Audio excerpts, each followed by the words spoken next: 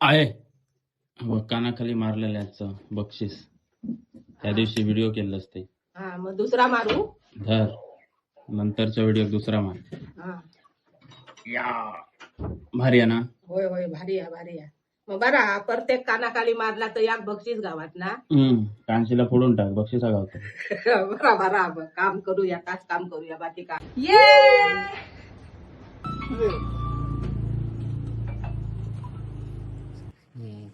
एकान ते चिनू माझ्यासोबत काम करतं माहिती मग ते काय एकान डीएम टाकलं. सावतांची सून मी येत नाही ना मध्ये.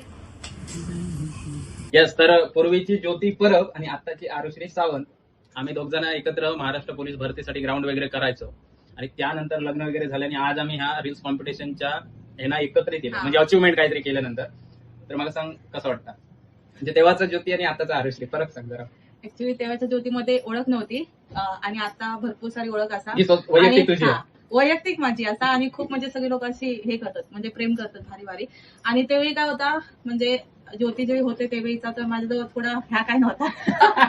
आता ह्या फील्डमध्ये पैसे पण सगळ्या केला हा सगळा असा आणि थोडा हा इन्कम सोर्स आता तिकडे ते ज्योती तेव्हा होते ते माझ्याकडे इन्कम सोर्स काहीच नव्हतं.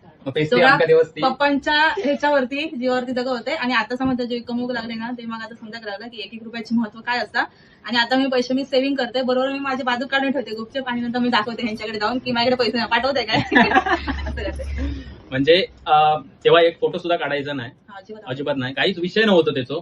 आणि जेव्हा माका पण कळला की यानं युट्यूब चॅनल सुरू केलं माका वाटतं एका दिवसात मॉनिटाईज झालेलं चॅनल हा मागा वाटतं सिंधुदुर्ग जिल्ह्यात पहिलंच असं कोणाचं तरी चॅनल की ज्यांना युट्यूब चॅनल काढल्याने एका दिवसात मॉनिटाईज झालं. आणि हे सगळं श्रेय दादा यस माझ्या पती देवा. सो आज आमची कॉलेज अकॅडमी आणि त्यानंतर आता या क्रिएटरच्या जगातली आमची अचिव्हमेंट. बरोबर यस.